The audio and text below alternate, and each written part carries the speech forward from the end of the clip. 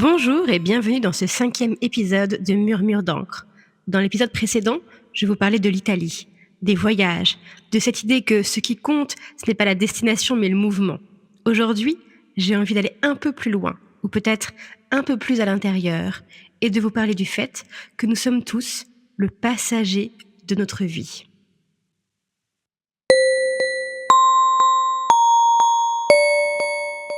Pendant longtemps, j'ai cru que la vie se jouait sur un quai.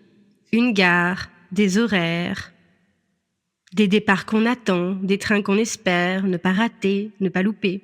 Je pensais qu'il fallait monter dans le bon train, celui des autres, celui qu'on nous montre du doigt.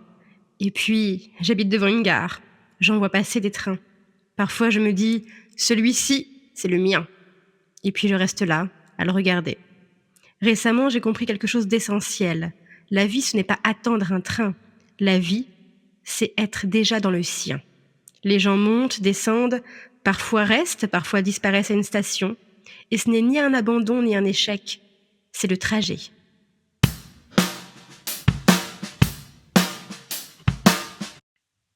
J'ai parlé de train, j'ai parlé de voyage, mais avant tout ça, il y a eu l'avion.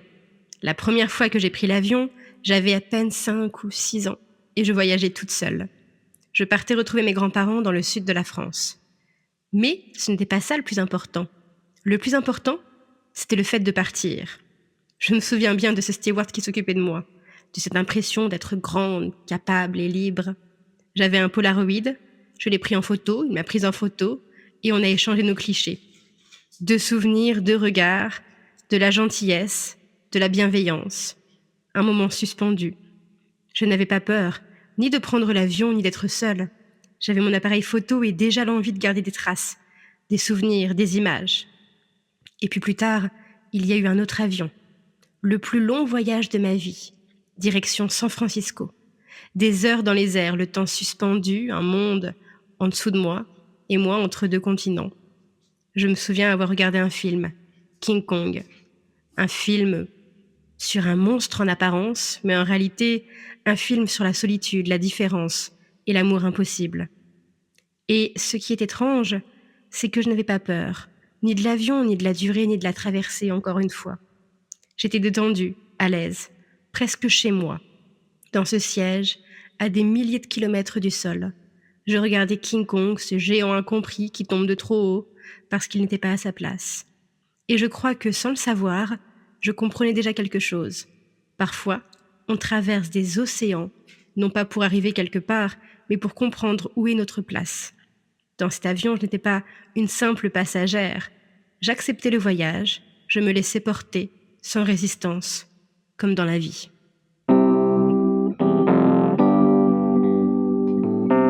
Et puis, il y a la voiture. La route, les kilomètres, la musique un peu trop forte, les pensées qui s'échappent. La voiture, pour moi, c'est la liberté brute. Pas d'horaire, pas de quai, juste une direction. Ou parfois, aucune. On roule pour respirer, pour réfléchir, pour fuir ou pour se retrouver. Et le bateau. J'ai pris le ferry pour la première fois pour aller en Écosse. Je n'ai jamais eu le mal de mer, non, jamais. Mais ce jour-là, je ressentais tout. Chaque vague, chaque mouvement, chaque balancement. Le bateau avançait et moi avec lui. Je me souviens m'être endormie sur une banquette dans une salle de restaurant vide, une fatigue douce comme si le corps acceptait de ne plus lutter. Je me souviens aussi de la salle de jeu, de ces lumières, de ces néons presque irréels, au milieu de la nuit. Et puis, je suis sortie sur le pont. J'ai entendu les vagues s'entrechoquer, venir frapper la coque, se briser contre le ferry. Ce bruit-là, je ne l'ai jamais oublié. C'est le bruit du mouvement, du passage, de quelque chose qui avance, quoi qu'il arrive. J'ai pris le bateau bien avant, sur le lac Léman. Mais je n'en ai aucun souvenir, j'étais bien trop petite. La seule chose que je sais, c'est que le capitaine avait dit à mes parents que je ressemblais à l'actrice Brigitte Fossé dans le film Jeux interdits.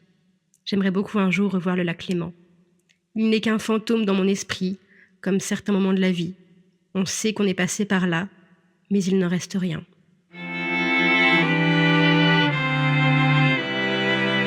Aujourd'hui, j'aimerais vous lire un texte que j'ai écrit il y a à peine quelques jours. Il s'intitule « La passagère ». La passagère. J'ai toujours cru que j'attendais sur le quai d'une gare triste, solitaire et isolée, que j'attendais en vain le bon train pour enfin reprendre le cours de mon destin. Je pensais qu'on montait dans différents trains et qu'on attendait dans différentes gares. Je croyais être paralysée, mais être bien, sur ce quai où j'attendais en vain un départ. Je disais aux autres de monter dans un wagon, de ne pas rester à attendre, de prendre une décision. Je leur disais que la vie est une suite d'actions, et on me répondait à chaque fois de changer de station. Mais j'ai réalisé que sur un quai je n'étais. Il y a bien longtemps que dans un train j'ai embarqué. Tout a commencé le jour où je suis née, et depuis, le train ne s'est jamais arrêté. Il y a des gares, c'est vrai, mais je ne descends jamais. Certaines personnes, elles, sont parfois montées, et dans ma voiture près de moi se sont installées, pour quelques jours, quelques semaines ou quelques années. Certains badauds n'ont fait que passer. Je ne sais à quelle gare ils se sont arrêtés, et d'autres sont partis, me laissant meurtrie, ma valise pleine de souvenirs dans mon wagon-lit. Certaines personnes sont arrivées chargées, les mains pleines de sacs, valises ou paquets, et elles sont descendues, je crois, soulagées de toutes ces choses qu'elles m'ont données. D'autres sont descendues sur un quai, et longtemps après sont remontées, avec dans leurs mains un nouveau ticket, pour à nouveau sur la route m'accompagner.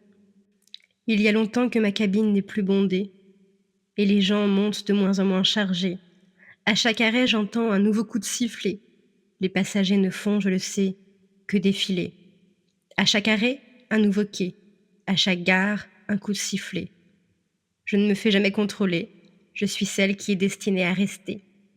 Dans mes mains, toujours le même billet. Je ne connais qu'une seule chose, la destination. Mais je ne connais ni le sens de la circulation, ni le nom des gares, ni les passagers. Peut-être qu'un jour, enfin, j'arriverai au terminus. Je prendrai ma valise et je monterai dans un bus. Mais pour le moment, je suis là, la passagère de ce train fantôme qui sans cesse accélère.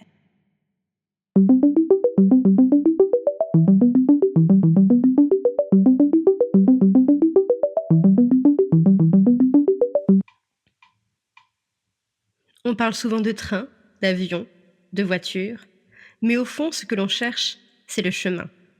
J'aime beaucoup un poème de Robert Frost, The Road Not Taken, que j'ai étudié en classe de terminale au lycée. Il parle de deux chemins dans un bois, de celui qu'on ne prend pas. Pourquoi choisir un chemin plutôt qu'un autre? Faut-il prendre celui qui a été le plus emprunté?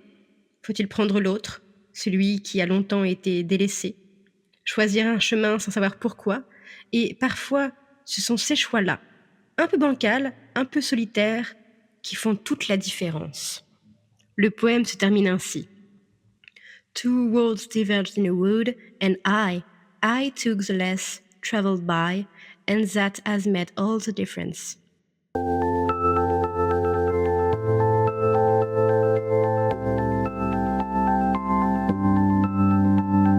À la même période, on m'a conseillé une chanson, Crossroads de Calvin Russell.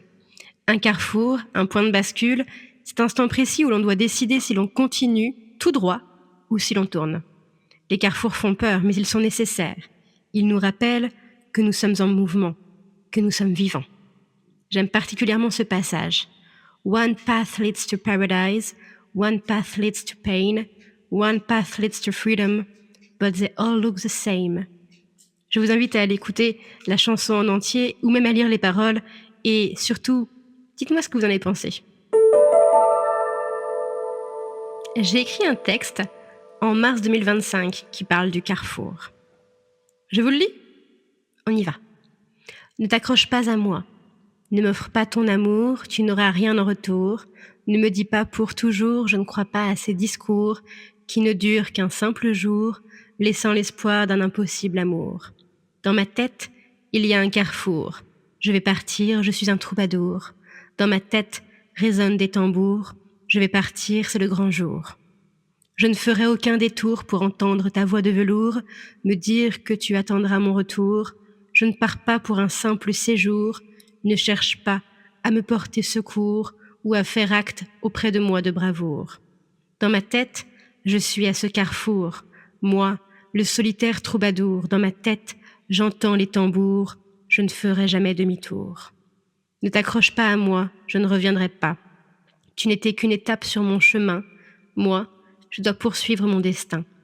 Garde pour quelqu'un ton amour, qui saura aimer ta voix de velours. De moi, tu n'as eu que mes contours. Mon cœur, à ta voix, est resté sourd. Dans ma tête, derrière moi est le carrefour. Je reste cet inconnu, ce troubadour.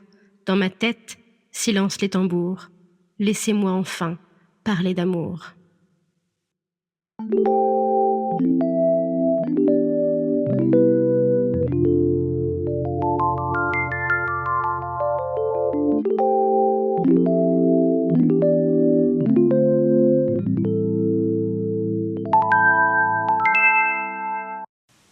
Train, avion, voiture, chemin, carrefour, peu importe le moyen, ce qui compte, c'est de ne pas rester immobile sur le quai de sa propre vie.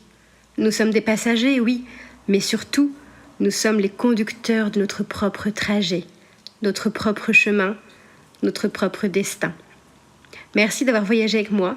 À très bientôt pour la suite du chemin. Et pensez à vous abonner pour ne rien louper. À très vite dans Murmure d'encre.